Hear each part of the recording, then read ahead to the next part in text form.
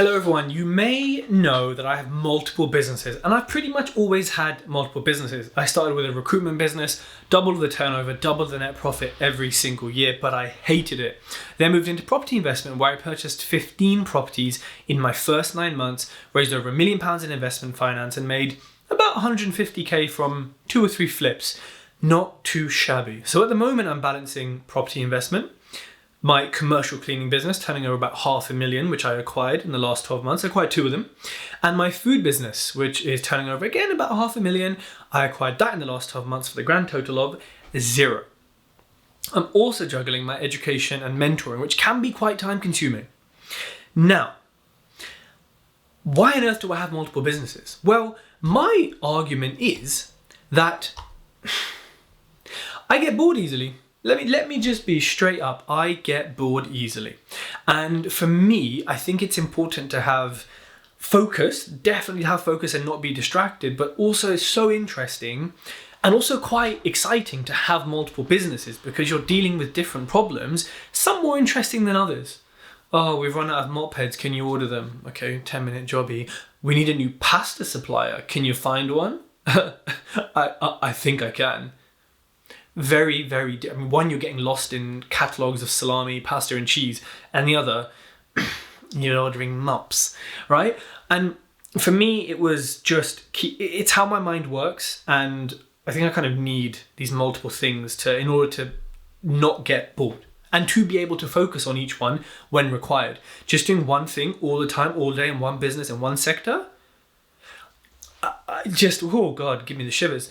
It's not because it's, freezing in, what's supposed to be, is it autumn? Fuck it. This country, 4 days of summer, and then the rest of it is winter. That's how it works, right? I couldn't think about doing just one business in one sector. It wouldn't work with me. Now, one of the first and most important things for any business, any number of businesses, is time management. How much time are you giving to each business and why? And where does that time go in each business? This is really important, okay? Really, really important to know where your time's going, how it's going, and also tracking perhaps potential tasks, Am I spending 5 hours on this and then that takes away from the other business? Could I not outsource that? And so it'd be more balanced in the businesses.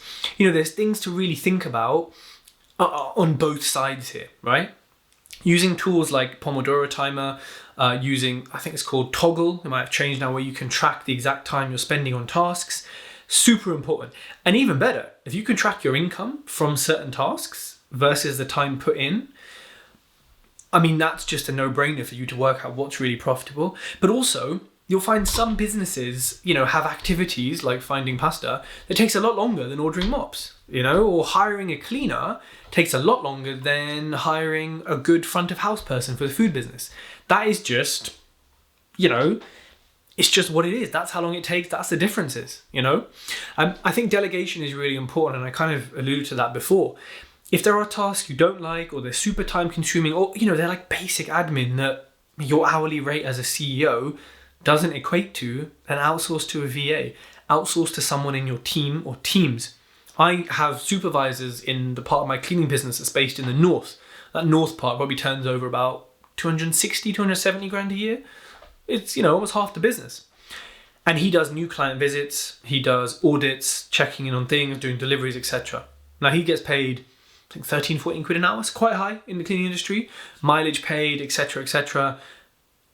But my hourly rate is a lot higher. And I'm not driving an hour, 2 hours just to even get there to then do that stuff. Does not make sense, right? And so yes, I lose a bit more money, but in reality, I've gained a lot more life.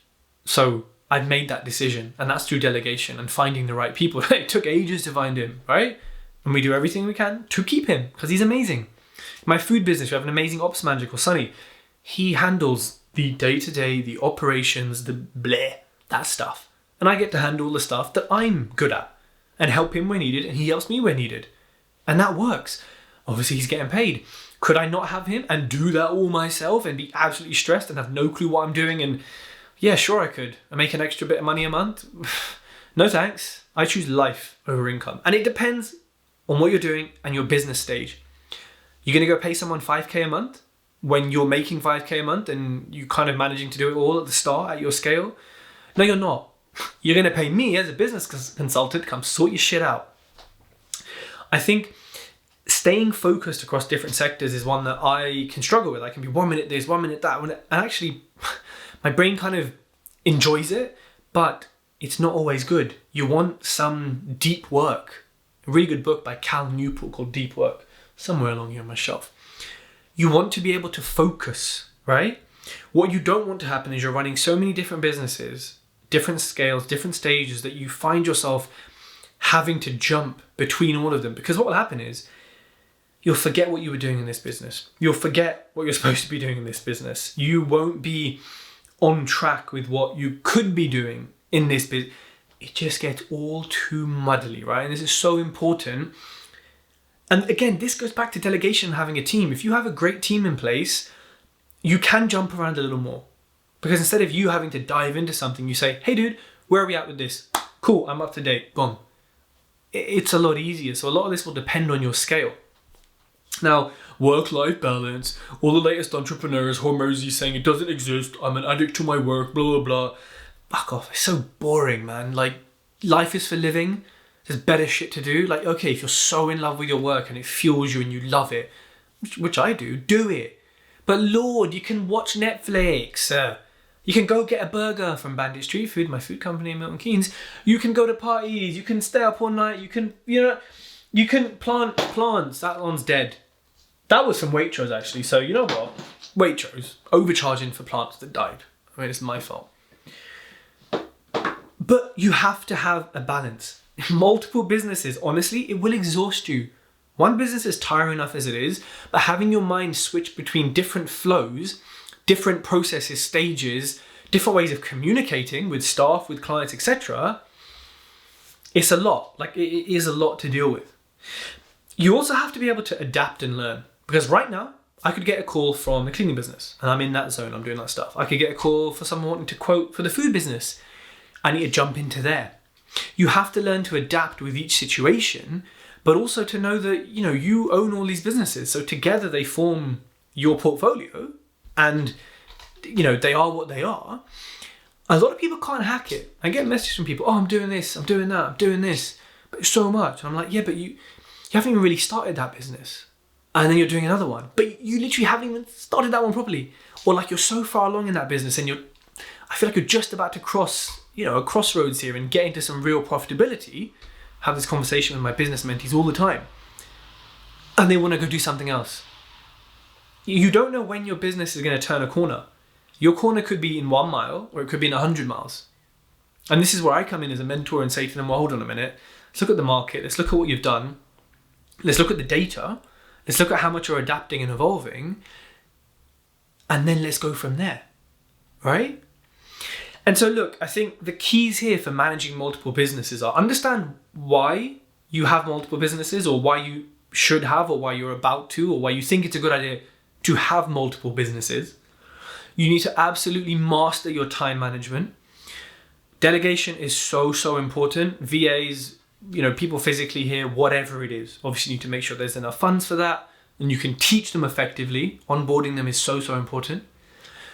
Staying focused across different sectors, again, super important. They will get a bit blurred and a bit merged sometimes. Keep them separate.